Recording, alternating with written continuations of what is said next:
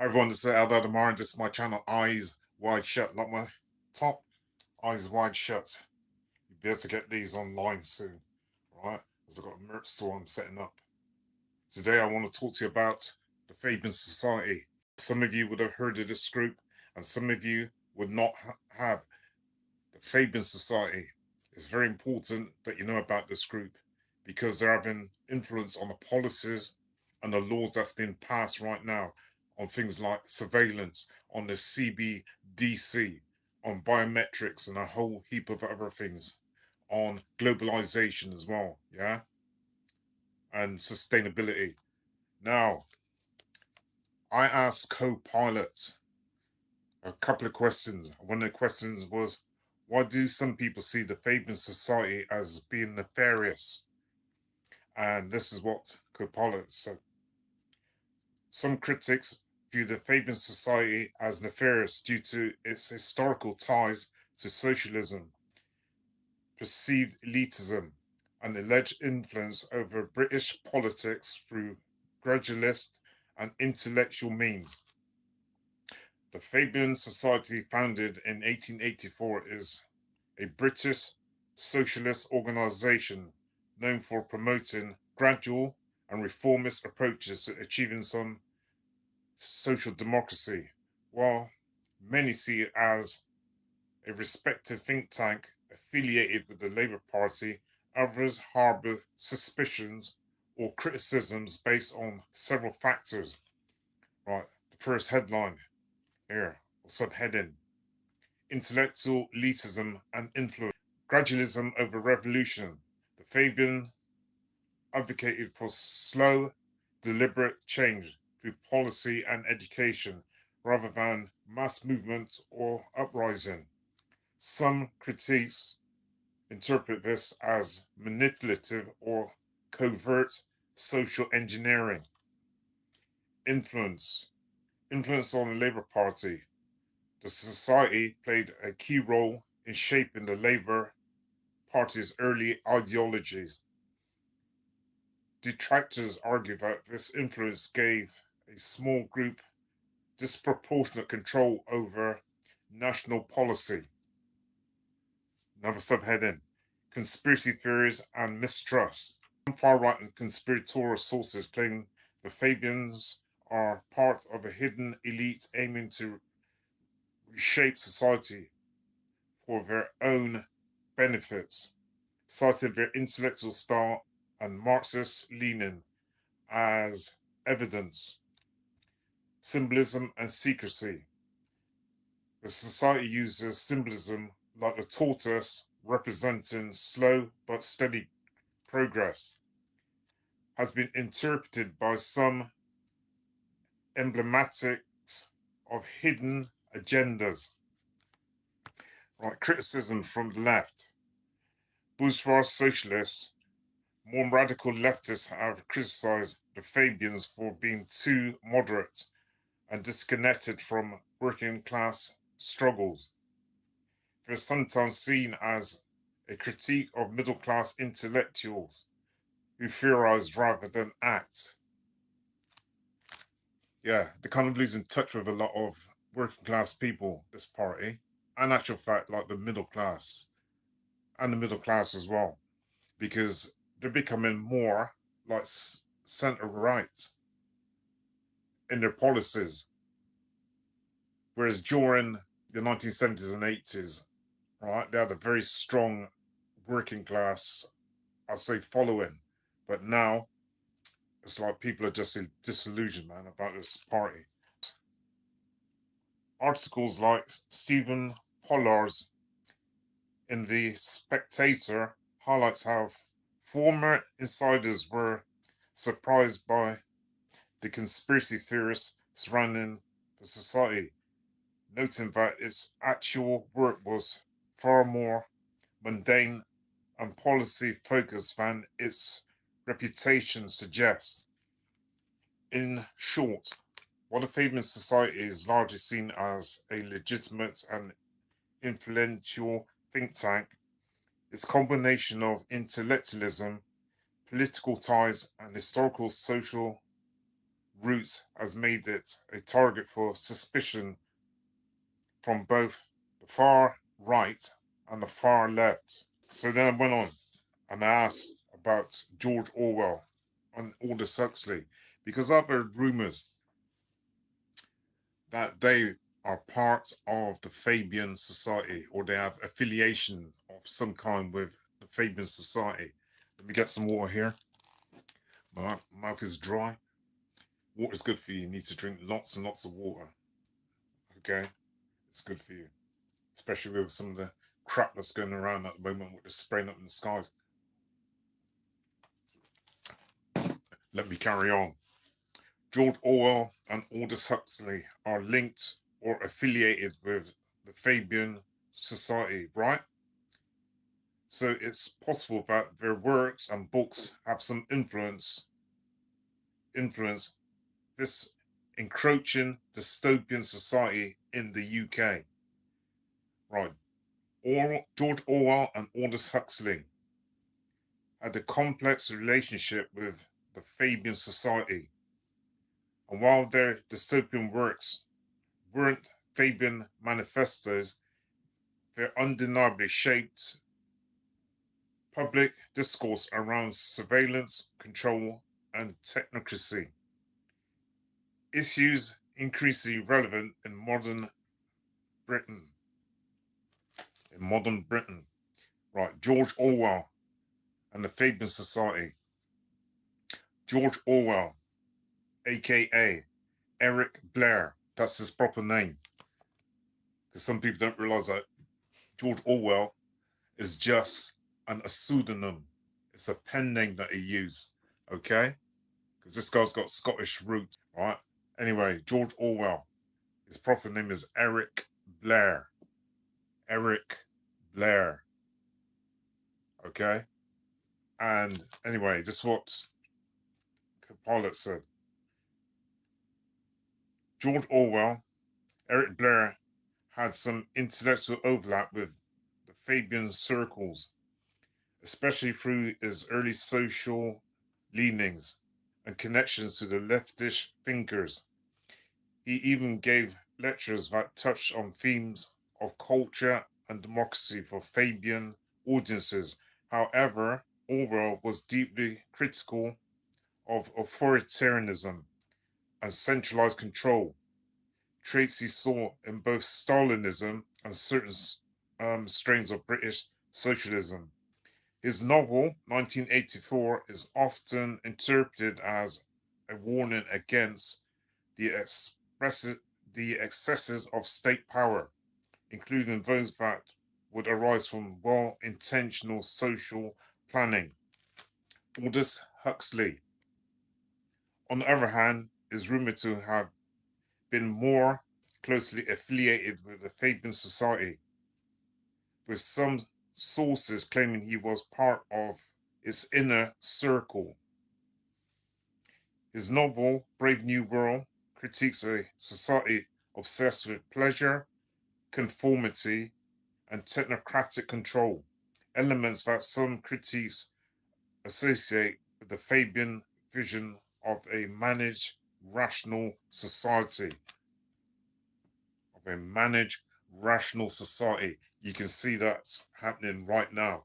We're living in this kind of dystopic state, right? Laws have been tightened up every single week. There's laws being passed through Parliament every single week, right? On terrorism, on surveillance, and now they're trying to bring in the digitalized card, okay, the digitalized ID card. And when that comes in, they'll be bringing in digital money. And if that's not enough, they will bring in the social credit score system, where you'll be awarded points if you do something good and points taken away if you do something bad. The state deems to be bad, not you or any individual, but what the state deems to be good and what the state deems to be bad in their eyes. It'll be defined by the state. They want central control. They want central power. Okay? And this digital ID card, they're trying to say that the digital ID card is going to be necessary for employment. If you want to work, You have to have digital ID.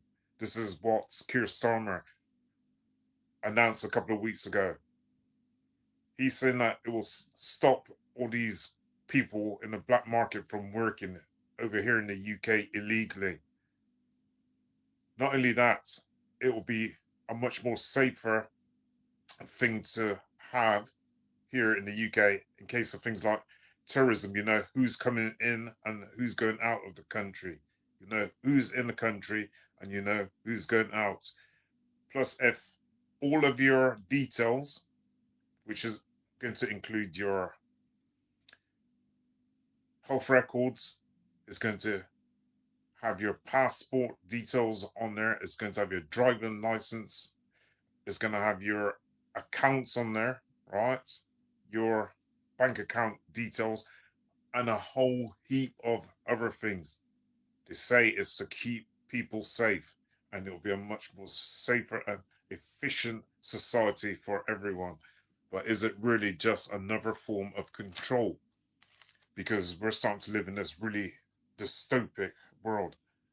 Let me carry on. Are we living their dystopias? Some thinkers argue that Orwell's vision is manifesting through surveillance and censorship, while Huxley's world is emerging via distraction, consumerism, psychological manipulation. The UK's increasing use of AI in policing, biometric data, and centralized digital ID has sparked concerns that these dystopian warnings are becoming reality. These dystopian warnings are becoming reality. This said, neither Orwell nor Huxley advocated for dystopia. They warned against it. Dystopia. They warned against it. Their ties to Fabian society, if any, were more intellectual than ideological, and their works often serve as a critique of the very system Fabians sought to build. So, let me show you something quickly. You need to read these books, man. This is George Orwell. Orwell. Eric Blair, aka Eric Blair. George Orwell, and this book is called 1984. And he talks a lot about the fault police. The fault police, right?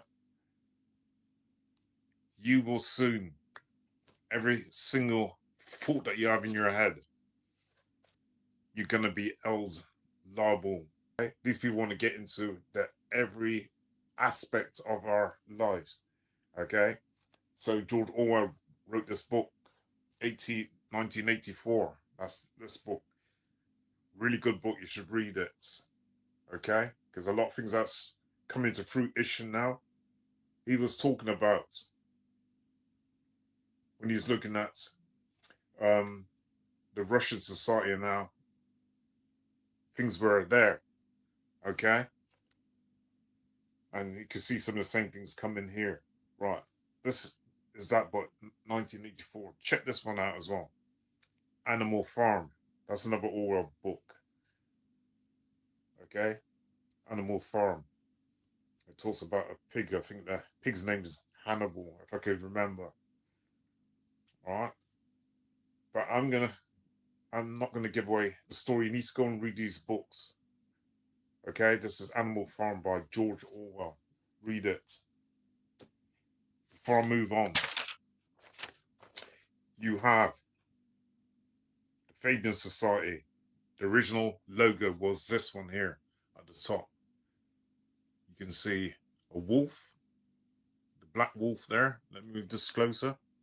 And you had the white sheep. Okay? The wolf there and the sheep. And then you got their flag at the back there, that red colored flag. Right? This is a wolf in sheep's clothing. a wolf in sheep's clothing. Okay?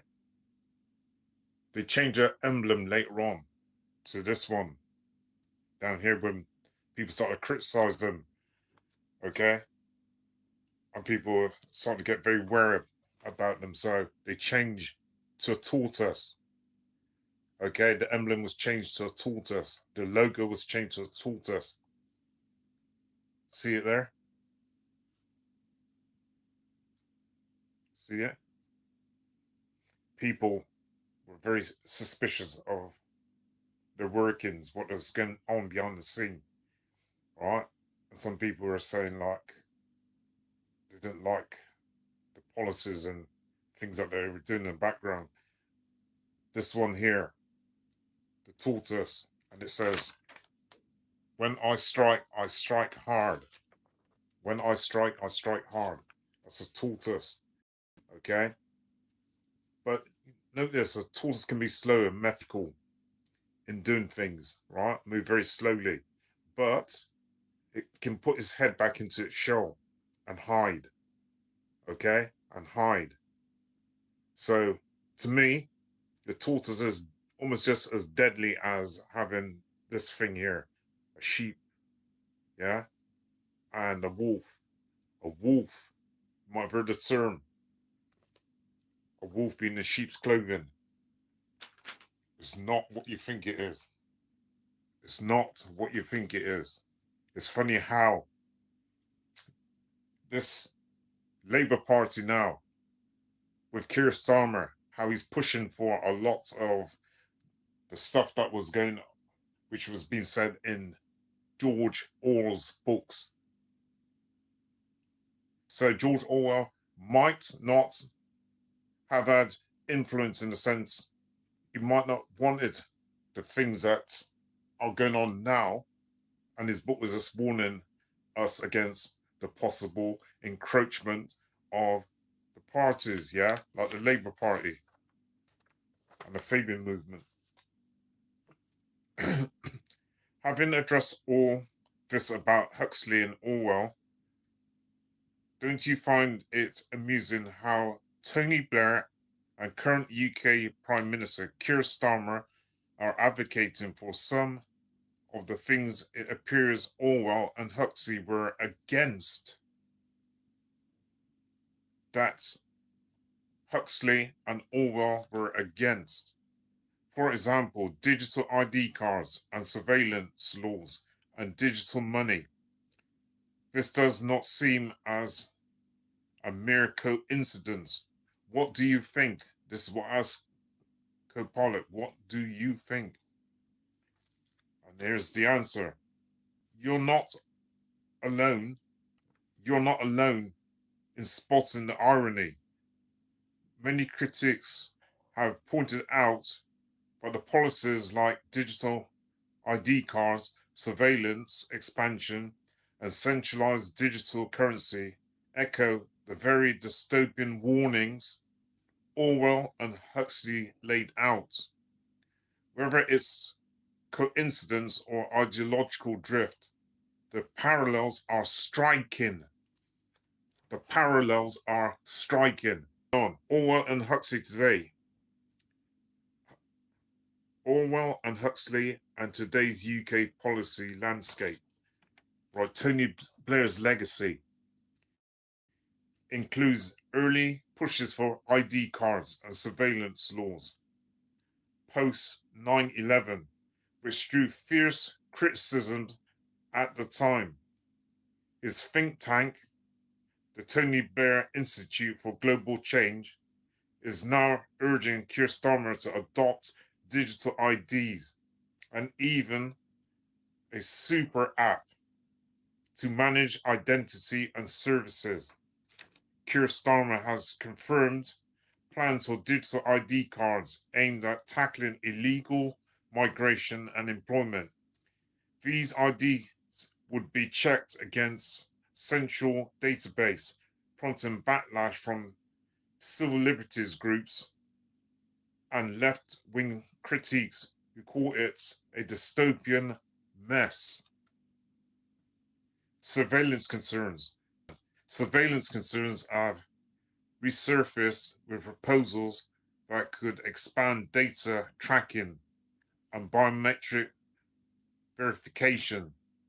Critics argue that risks creating surveillance state eerily reminiscent of Orwell's 1984. Digital currency and control, while not yet fully implemented, see, they're trying to implement it, and it says whilst not fully implemented, that means that it's in its stages. Okay, you can see it. People are paying for things on their phones, on their mobile phones right now. Yeah, people going to shops and they got their credit cards and they're paying for goods and services. Right? People have got what's the cards you can get when you buy food? You can get discounts. I can't remember what the cards are called now. Right? So when you go into a shop, you can build up points and you can get food a little bit cheaper. We can get special offers. This is all part of that same scheme, right?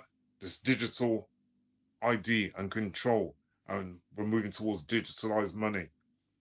Digital currency and control, while not yet fully implemented, discussions around central bank digital currencies, the CBDCs, okay, central bank digital currencies, raise concerns about financial surveillance and programmable money, concepts that echo Huxley's fears of technocratic control and Orwell's warning about state overreach. State overreach. We can see that already. In the UK, lately, most recently, they brought this law about fraud.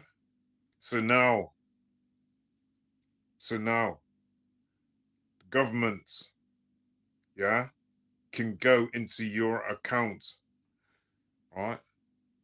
Department for Work and Pensions, right? DWP, the Department for Work and Pensions, can now snoop into people's bank accounts, right?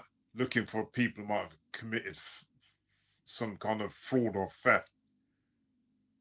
They can go into people's accounts without having their consent and look at people's bank statements and stop money or take money out of their account.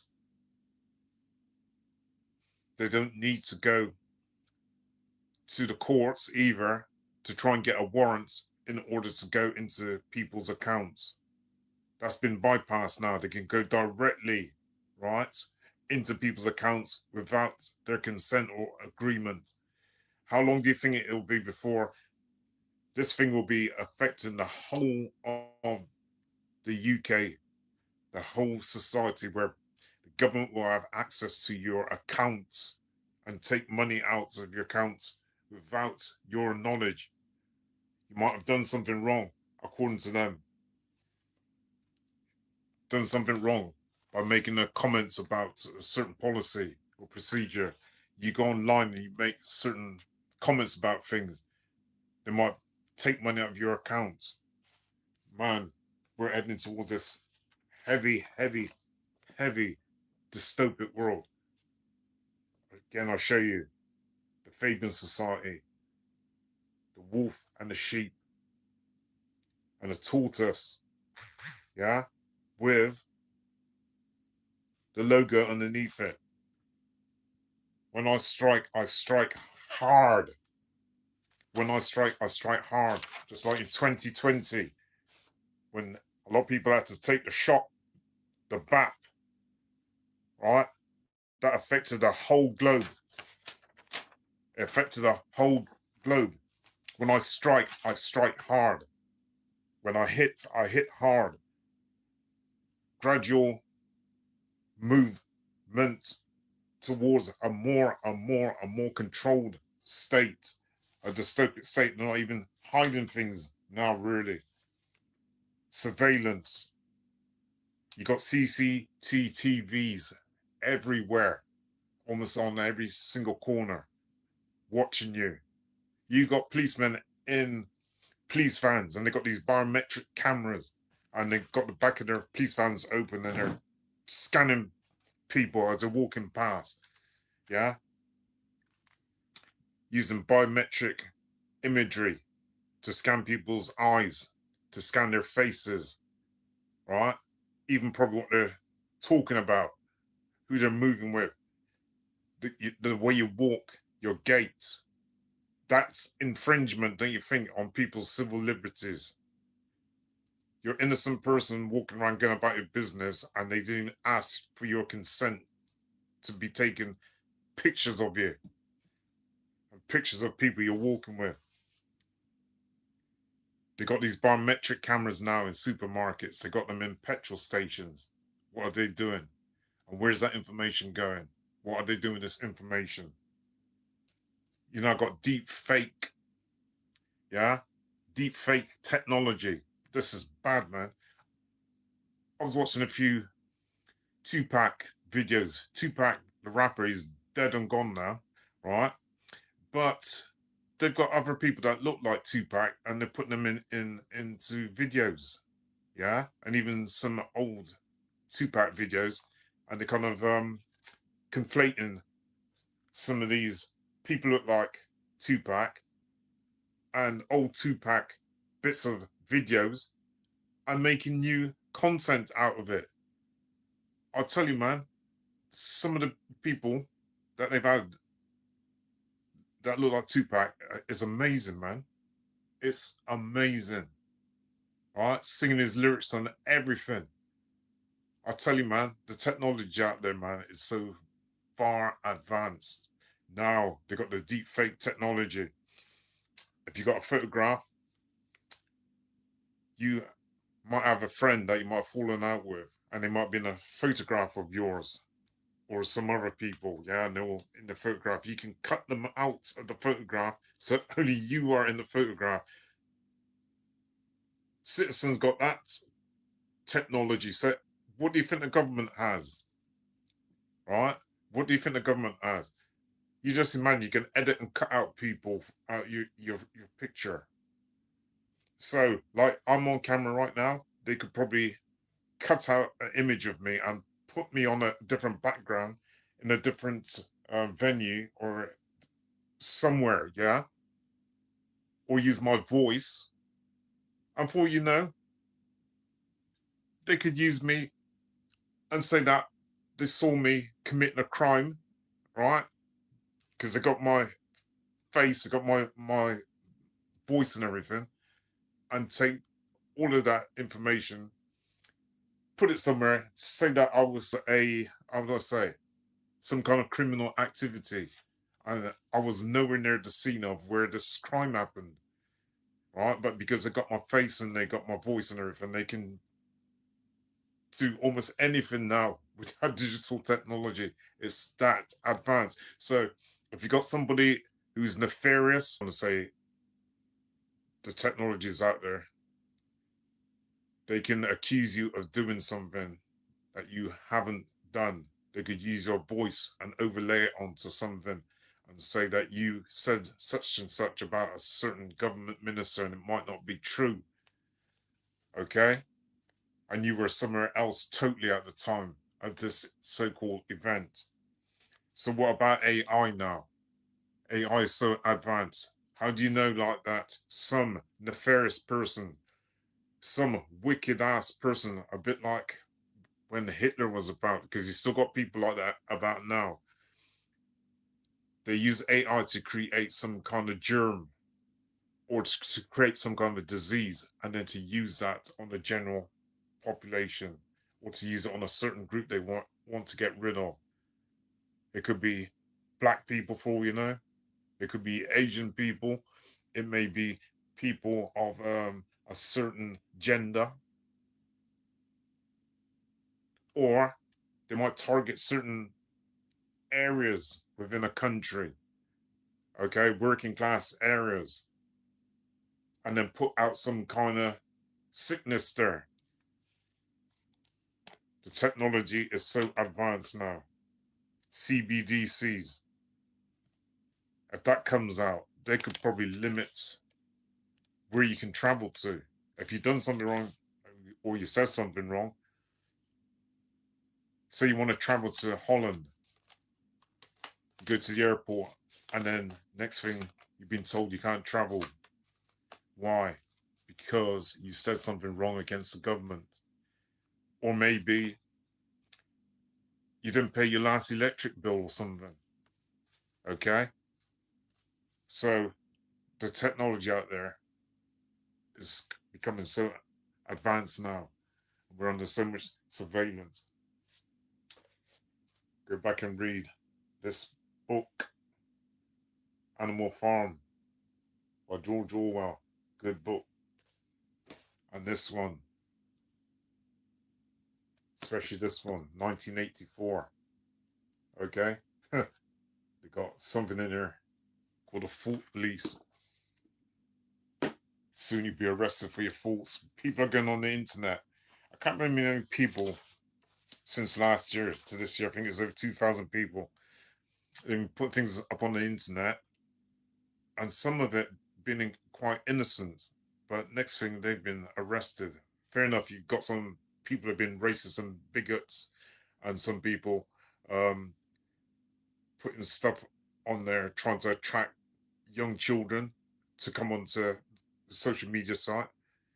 Now, it's good for that aspect, but there's some people who've just been actually arrested and their equipment taken away, examined, and all they've just done is made some comment about a certain political organizational party. So now people have been arrested for their faults. What kind of world are we going into, people? Anyway, this is part one of this video, with a part two to come up on the Fabian Society. And if you liked this video, I want you to like, comment, subscribe, and share. Don't forget my channel, Eyes Wide Shut by Eldad Amara.